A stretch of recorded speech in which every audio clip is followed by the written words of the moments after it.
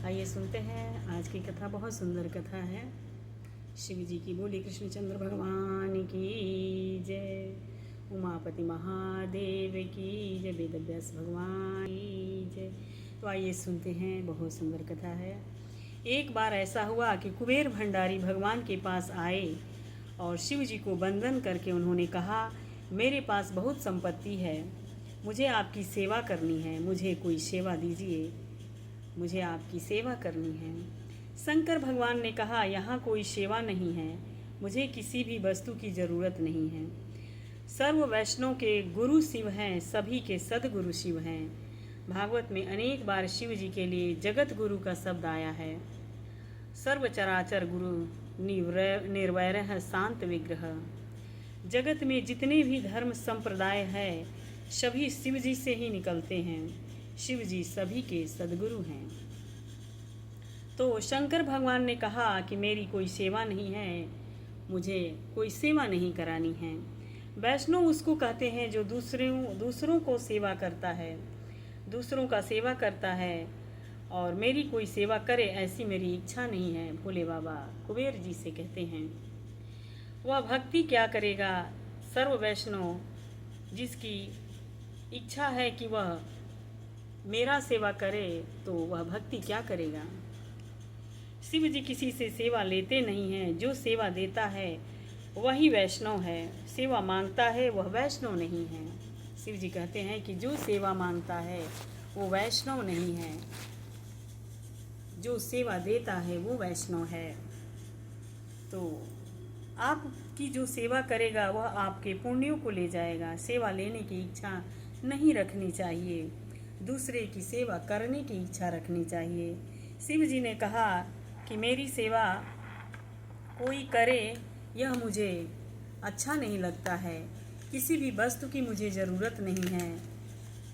तो शिव जी कहते हैं कि श्री राम ही मेरा धन है, मेरे हृदय में राम है, तो दूसरे चीज़ की मुझे किसी चीज़ की ज़रूरत नहीं है, किसी भी वस्तु की मुझे ज़रूरत नहीं है। जब मेरे हृदय में राम है तो मुझे किसी की सेवा की कोई ज़रूरत नहीं है, किसी चीज़ की ज़रूरत नहीं है। अगर मेरी कोई सेवा करनी है तो राम की सेवा करो, मेरे बाल कृष्ण की सेवा करो। कुबेर ने कहा, महाराज राम कृष्ण की सेवा तो हम करते हैं, पर आपकी सेवा करनी है मुझे, आप मुझे कोई सेवा बताइए। मेरी कोई सेवा है ही नहीं, शिव सेवा लेते नहीं हैं, किसी भी वस्तु की शिव जी की ज़रूरत नहीं है। जिसके हृदय में नारायण है उसको भला किस चीज़ की ज़रूरत है। पार्वती माता का वंदन करके कुबेर प्रार्थना करते हैं। जब शिव जी ने मना कर दिया तो पार्वती माता से वो वंदन करते हैं कि माँ, सेवा करने की मेरी बहुत इच्छा है। रोज़ वह माता जी का प्रार्थना करते हैं, मुझे सेवा बताओ माँ, मुझे सेवा बताओ। बहुत दिनों से पीछे पड़ा था। एक दिन माता पार्वती जी को दया आ गई। माता पार्वती जी ने कुबेर से कहा कि तेरे पास संपत्ति है तो सोने का राजमहल बनवा दो, फिर उसको समझा करके मैं ले लूँगी। मतलब कि पार्वती जी कहती हैं कि अगर आपके पास संपत्ति है तो आप मेरे लिए सुंदर सा राजमहल बनवा दो, मैं शिव जी को समझा लूँगी और उसको मैं अपने पास रख लूँगी। कुबेर को बहुत आनंद हुआ कि मेरी संपत्ति का उपयोग शिव सेवा में होगा, मेरे राजमहल में भगवान शंकर विराजेंगे। उसने सर्व संपत्ति को अर्पण की और सोने का राजमहल बनाया। उन्होंने शिव जी के लिए बहुत सुंदर राजमहल बनवाते हैं। सभी को वह राजमहल देखकर आश्चर्य होता है। पार्वती माँ बहुत प्रसन्न होती है राजमहल को देख करके। ग्रंथों में ऐसा वर्णन आता है कि शिव ब्रह्म है, पार्वती ब्रह्म विद्या है। ब्रह्म और ब्रह्म विद्या के अधीन रहता है, ब्रह्म विद्या के अधीन रहता है, यानी पार्वती के अधीन है। भगवान शंकर पार्वती के अधीन रहते हैं। माँ पार्वती माता जो कहती हैं वही शिव करते हैं। इसका एक कारण है कि भगवान शंकर प्रायः दो ही काम करते हैं, समाधि में रहते हैं या समाधि से जागने के बाद माता पार्वती जी की ऐसे प्रश्न पूछने पर उनको कथा सुनाते हैं, क्योंकि पार्वती माता हमेशा राम कृष्ण के बारे में ही पूछती हैं। समाधि में जो आनंद उनको मिलता है वही आनंद कथा में मिलता है। समाधि में जगत की विस्मृति होती है और कथा में जगत की विस्मृति होती है। और राम कथा, कृष्ण कथा भगवान शंकर माता पार्वती को सुनाते हैं, जो उनको बहुत आनंद आता है। वही कथा समाधि से जागने के बाद माँ पार्वती और शिव जी को देती हैं। इसलिए भगवान शंकर को पार्वती अतिशय प्रिय है। माता पार्वती जो कहती हैं वही शिव जी करते हैं। माता पार्वती जी ने शिव जी से कहा, आप स्वयं आनंद स्वरूप है, आपको इस शमशान में भी आनंद है, पेड़ की छाया में आनंद है। आनंद तो है, पर क्या राजमहल में भी आनंद नहीं है? ऐसा पार्वती जी कहती हैं शंकर जी से।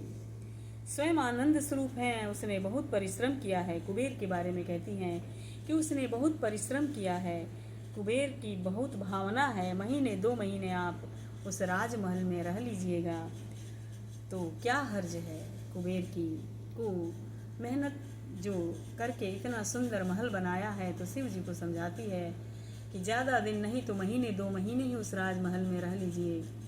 हाँ, इसमें क्या हर्ज है। माता पार्वती जी ने बहुत आग्रह किया है कि कुबेर ने सोने का राजमहल बनवाया है, वहाँ रहो। शंकर भगवान ने कहा, राजमहल तो उसने अच्छा बनवाया है, किंतु अभी उसने वास्तु पूजा नहीं की है। वास्तु पूजा किए बिना वहाँ कैसे रहें। और बातें हो रही थी, उसी समय रावण शंकर भगवान की पूजा करने के लिए आता है। ये बातें हो रही थी दोनों शिव और पार्वती में कि वास्तु पूजा करवानी है। तो शिव जी का पूजा करने के लिए विचार आया है मन में कि बिना गृह पूजा करवाए हम नहीं रह सकते हैं। उसी समय रावण आता है। रावण ब्राह्मण है, शिव जी की पूजा करने के लिए आया है। शंकर भगवान ने पूछा कि तू कुछ वेद पढ़ा है रावण से। रावण को वेद का ज्ञान था। रावण ने कहा, मैं वेद पढ़ा हूँ। शिव जी ने कहा, वास्तु पूजा करवानी है। रावण बोला, मैं करवाऊंगा। शंकर भगवान हो गए यजमान और रावण हो गया पुरोहित। वास्तु पूजा करवाई गई। रावण बड़ा लोभी था। सोने का बंगला देखकर, सोने का राजमहल देखा तो रावण की नीयत बहुत बिगड़ गई। उसका जी मचल गया उस सोने की महल पे। उसके मन में आया कि यह राजमहल किसी तरह मुझे मिल जाए। यह राजमहल कितना सुंदर है। वास्तु पूजा हो गई। शिव जी ने रावण से कहा, पुरोहित जी, उचित हो सो दक्षिणा मांग लीजिए। रावण से कहते हैं शिव जी की, भाई पूजा करवाने के बाद ब्राह्मण को दक्षिणा दिया जाता है। तो दक्षिणा मांगने के लिए शिव जी रावण से कहते हैं। रावण ने कहा, महाराज, मैं जो मांगूंगा सो आप दे देंगे? भगवान शंकर ने कहा, मेरा नियम है, मैं कभी ना कहता नहीं हूँ, जो मांगे सो दे देता हूँ। मांगना मरने के जैसा है, मांगने वाले को एकदम ना कहना भी अच्छा नहीं है। शिव किसी को ना कहते नहीं हैं, मांगो सो दे देते हैं। रावण ने कहा, महाराज, यह सोने का राजमहल जो आपके लिए बना है और बनवाया गया है, वास्तु पूजा भी हो गई है, दक्षिणा में यही मुझे दे दीजिए। अब शिव जी स्मृति हास्य क्या है और पार्वती जी के सामने से देखते हैं। पार्वती जी को देख करके मुस्कुराते हैं शिव जी कि अब ये तो दक्षिणा में तुम्हारा महल ही मांग लिया, अब क्या होगा। तो पार्वती जी ने कहा कि ब्राह्मण का बालक है, मांगता है, हम लोग राजमहल में रहें न रहें क्या फ़र्क पड़ता है। कोई गरीब राजमहल में सुख से रहता हो, उसको देखकर हम सुखी हो जाएंगे। तो वह मांग रहा है तो आप उसे दे दीजिए, क्योंकि वो गरीब का ब्राह्मण, गरीब का बालक है। बड़ी सुंदर बात कही है पार्वती जी ने। पार्वती माता को ठीक लगा नहीं उसका मांगना हुआ, लेकिन फिर भी मेरे पति देव अति सरल हैं, भोले हैं। रावण को सोने की लंका दे दी। भगवान शंकर के समान कोई दयालु नहीं, कोई उदार नहीं हुआ है, और रावण के समान कोई दुष्ट नहीं है। सोने की लंका मिलने के बाद रावण की नीयत अभी सुधरी नहीं और बिगड़ जाती है। यह तो बड़े भोले हैं, सरल हैं, जो मांगो सो दे देते हैं। अब उसके मन में लालच आ जाता है पार्वती जी के प्रति, उसका मन बिगड़ जाता है। रावण ने कहा, महाराज, मुझे सोने की लंका तो आपने दे दी, दूसरा जो कुछ मांगू सो आप देंगे क्या? शिव जी ने कहा, मैं किसी को ना कहता नहीं, मैं तुझे पहली बार ही बता चुका हूँ, तो तेरी जो इच्छा हो सो मांग ले। तो रावण ने कहा, महाराज ये पार्वती बहुत सुंदर हैं, मुझे यह पार्वती दे दो। शिव जी ने स्मृति हास्य किया है और कहा कि मुझे विवाह करने की इच्छा नहीं थी, ये तो सभी देवताओं ने मिलकर मेरा विवाह किया, विवाह करने का आग्रह किया था। नारायण की बहुत इच्छा थी, इसीलिए मैं लगन करने के लिए गया था। लगन करने से पहले ही कामदेव को जला करके भस्म कर दिया है, इसकी मुझे कोई खास जरूरत नहीं है। पार्वती जी के बारे में कहते हैं कि मुझे इनकी ज़रूरत नहीं है, क्योंकि मैं कामदेव को पहले ही जला चुका हूँ। तो तुम्हें बहुत अच्छी लगती है तो तू ले जा भाई पार्वती जी को। अब पार्वती जी को दे दिया और पार्वती जी थोड़े समय के लिए विचलित हुई, लेकिन वो तो ब्रह्म विद्या है, वो सब जानती हैं कि शिव जी क्या करने वाले हैं। तो जगत के इतिहास में ऐसा उदार कोई नहीं हुआ है जो अपनी पत्नी को भी दान में दे दे। तो माता पार्वती जी को अब बहुत आश्चर्य होता है कि मेरे पति कैसे सरल हैं, कैसे भोले हैं कि मेरा भी उन्होंने दान कर दिया। माता जी को रावण के साथ जाने की इच्छा नहीं थी, पर माता जी ब्रह्म विद्या है, ब्रह्म विद्या रावण के घर में रहे तो रावण मरे ही नहीं। ऐसा वो सोचने लगी कि अगर मैं रहूं तो ये मरेगा ही नहीं और अमर हो जाएगा। देवताओं को भी बड़ी चिंता हुई जब रावण ने पार्वती जी को मांग लिया। रावण पार्वती माता को ले जाता है। पार्वती माता ने उस समय गोपाल कृष्ण का स्मरण किया है। गोपाल कृष्ण अति सरल हैं। बाल कृष्ण के लिए थोड़ा सा माखन मिश्री ले जाए तो बाल कृष्ण को आनंद हो जाता है। बाल कृष्ण नाचने लगते हैं कि मेरे लिए माखन लाया है, उन्हें बहुत आनंद होता है।